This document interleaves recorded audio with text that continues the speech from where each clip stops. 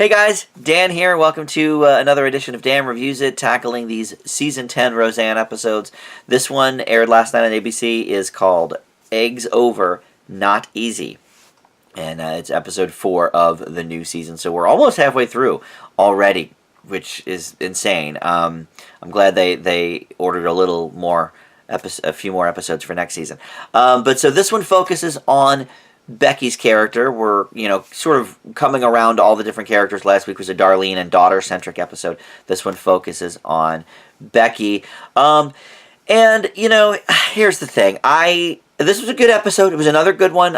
It wasn't quite as funny, I don't think, as the earlier episodes. But, it tackles a little bit more of a serious topic and, has that patented Roseanne drama mixed with the comedy. So, so it poised not to be as funny, I guess. But there were still a lot of laughs. Still, I really enjoyed it. But the thing is, she goes by Alicia Goranson now, but we know her as Lacey Goranson. But Alicia Goranson, look, she's been out of the industry for a while. She has not acted as much as some of these other people.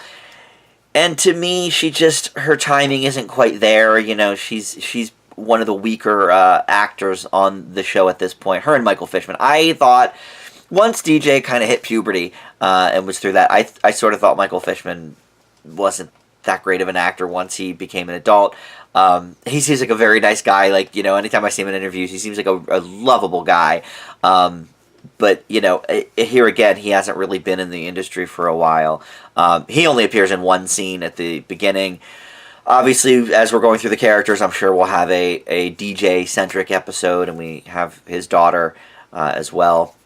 So I'm sure there'll be something with that. But just the timing's a little off for Becky, unfortunately. But look, whatever. It's been 20 years since she's played the character. So, and even then, it was sort of Sarah Chalke was in and out of the role by the end anyway. So, sort of overlook that. But this one, like the last one, doesn't have too much of a B story, as Roseanne episodes tend to really focus details on the A story. And like I said last week, there's just 21 minutes now in these sitcoms because of packing those commercials in. So, through no fault of Roseanne's, it's hard to get a full B story. But this week they actually connected the B story with the A story, which is that Becky gets a dog because she basically is has this whole plan in her mind, and you have the baby, you get the family, you get the dog, even though she wasn't keeping the baby. So there's a plot revolving around that, with Jackie trying to get the dog back for Becky, and so there is a B story, but it all sort of comes together with the A story, which is, again, it's that Roseanne drama that we have not really seen yet this season. Everything's been, very jokey, and one of the qualities I love most about Roseanne is that they do tackle some tough issues and mix it with the comedy. And it's not like, Blossom is always the classic example, a very special episode of Blossom. The special episodes that we used to see, like in the 90s, of shows other than Roseanne, were just that. They were very special episodes, which meant it was going to be light on the comedy, and heavy on the themes, of the episode. Roseanne always mixed the two very well. And here, there was at least one scene where it ended without a laugh line. It ended on a dramatic note, and that's when they were at the fertility clinic, and the doctor tells Becky that she has less than a 5% chance to conceive. And so, it ends on a somber note, that scene. And that means, I guess, her and the Sarah Chalke character are parting ways. I forget what they've named her, to be honest, for this run, but we know her as Second Becky, right? So, her and Second Becky part ways. And there is a funny joke involving a Fabergé egg that Jackie gets to make, but the scene does end on a somber note. And look, that is one of Roseanne's trademarks. I liked that they sort of did that. And it ends at the end of the episode. There's sort of a very touching scene with Becky and Roseanne in regards to that, because Becky, as usual, is being very standoffish and Becky-like. It's funny. I'm in season 3 right now as I'm going through the old seasons to bring you guys season reviews, and this is the season where Becky really stands up to Roseanne. She ends up moving in with Jackie for an episode. So, Becky always had that kind of fire inside her to, even though she was the good girl, to stand up to them. And so she doesn't even want to let Roseanne finish a thought in this episode without knowing what she's going to even say. And I think we as the audience all kind of know, okay, well, no, Roseanne is going to feel bad for her. But Becky doesn't really know what to expect, so she just kind of lashes out. But, there's also a nice sort of moment with her and Darlene. Darlene goes to the bar to kind of, I don't know if cheer her up is the right term, but drink with her and commiserate. And so they have a really nice moment as well, a nice heart-to-heart there. So, not as funny as the previous episodes, but there's a lot of character building. There's a lot of drama in this episode amongst the laughs, which, there are definitely some laughs as well.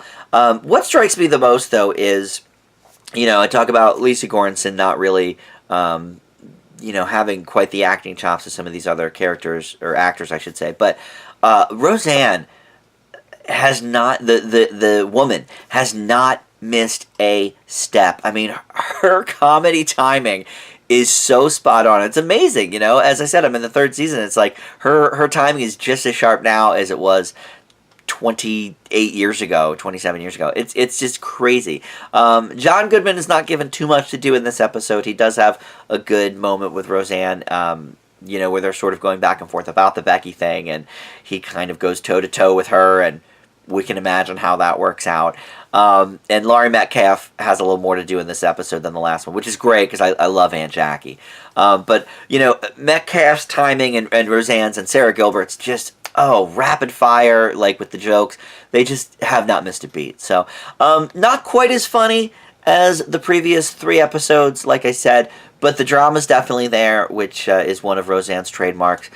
So, just like the last one, I'm going to leave this one with a B+. It's another really good episode. I wish there were more to the season. I can't believe it's almost half over. Give us at least 13. That's like a normal sort of half season pickup at this point. Well, actually, at this point, it's almost a full season. There's a lot of shows like The Good Place and that just go by 13 episode seasons. But yeah, another good one in the books for Roseanne.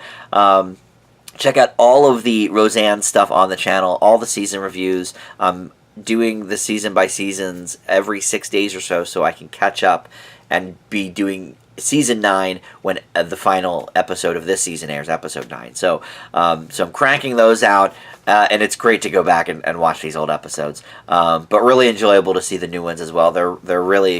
They're firing on all cylinders thus far, and this was another good one. So thanks for watching. Subscribe if you haven't yet. We're over 200 subscribers now, which is all thanks to you, the Roseanne viewers, because, it's really picked up since I started doing these Roseanne reviews, so I can't thank you guys enough for that. And join us on Facebook, too, if you haven't yet. I always post the links to new reviews up on my Facebook, which is just Dan Reviews It, the group. So that's it, and thanks for watching. I'll see you next time.